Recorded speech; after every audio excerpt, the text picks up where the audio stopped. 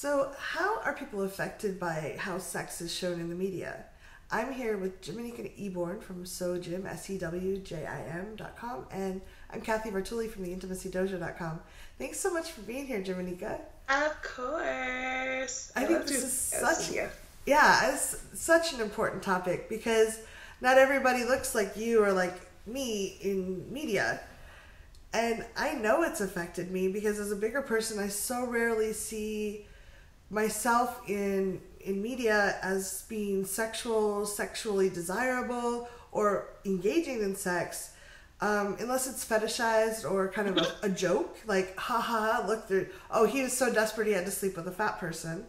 And I'm getting older too. I'll be 50 this year, and I don't see people who are older often engaged in healthy sex, even though people that are older can definitely have healthy sex. It's generally the young 20, 30 somethings that are having sex. Maybe the 40 somethings are complaining about not getting it.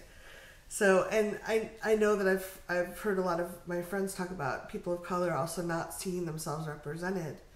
And when I do, you talked about fetishization. Yeah. It's normally like, ooh, the exotic black girl, and we're like, no, I'm not exotic at all. I'm just black. And it does turn to like a negative sense where it's like, it's like an ice cream flavor. Like, we've become ice cream flavors. Have you tried pumpkin spice ice cream? Have you tried? Oh, sorry. Yeah. Yeah.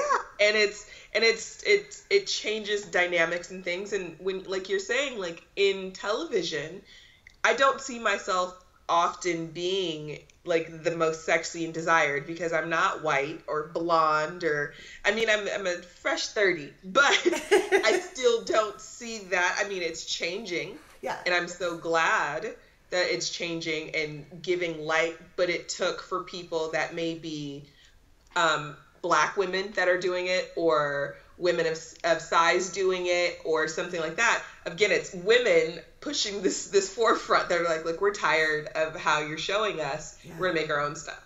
Yeah, no, I think that's wonderful, and I'm so thank them so much for doing that. And I'd had a lot of my friends, people of color friends, had mentioned about the objectification. I hadn't really experienced it until I was at a body show one day, a body storytelling show.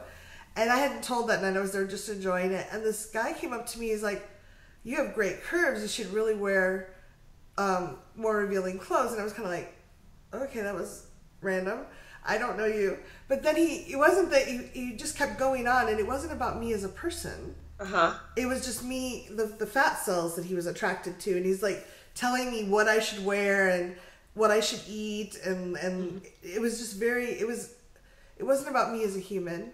He didn't want to get to know me as a human to see if there was anything delightful there. It was just an ice cream flavor that he particularly liked. And because I looked like that, I was like, and I guess some people may in the kink world enjoy being objectified.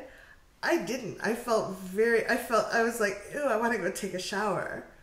Yeah, but even in the kink world, you're doing it hopefully with consent, not just walking up to a stranger and they're like, hey, you look chocolatey. Like, what now? I haven't tried one of you before. Like, what?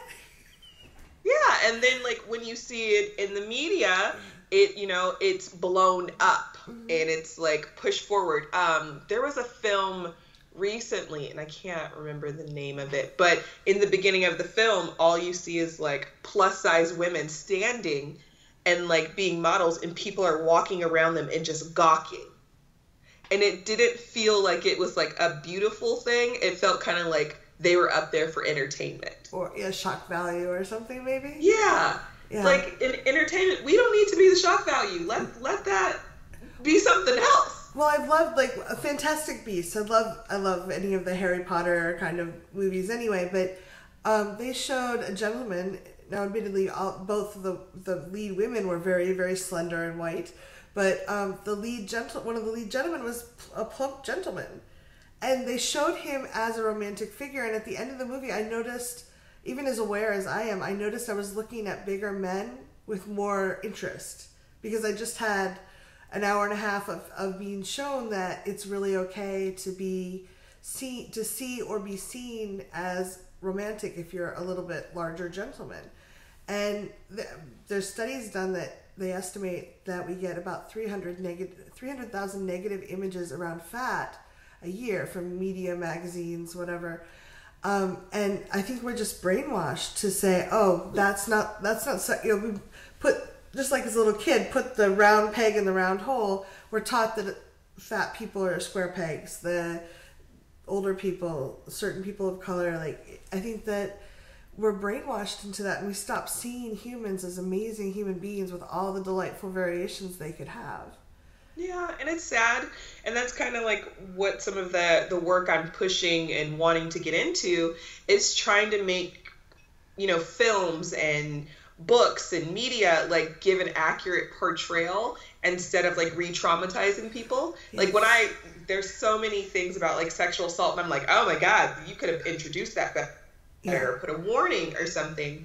And I feel like in media, they just push it so hard at us, they don't think about how it's truly affecting us as individuals, as humans. Yeah. No, I think, and there's so much power for the media to do good. And there are some people that are really caring about that. And I hope more people consult people like you or work with people like you, because that kind of information, to have someone on the ground that can say, hey, no, that's not actually how it is. Mm-hmm. Let's be real about this. Let's actually do good while we're entertaining people. That's fabulous. Yeah. And like you said, media, we're affected by media every day. Even when we're not looking for it, it smacks us in the face. And so if we can have something that is showing others, like there's no cookie cutter human being.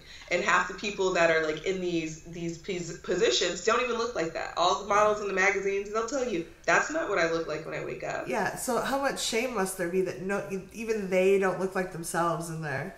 Could we come back and do another video about shame and how that when we don't look like what people are taught to expect, how much that affects people? Yep. Great. If you have any comments, we'd love to hear them. Please leave them below. How has media affected your vision of your own sexuality?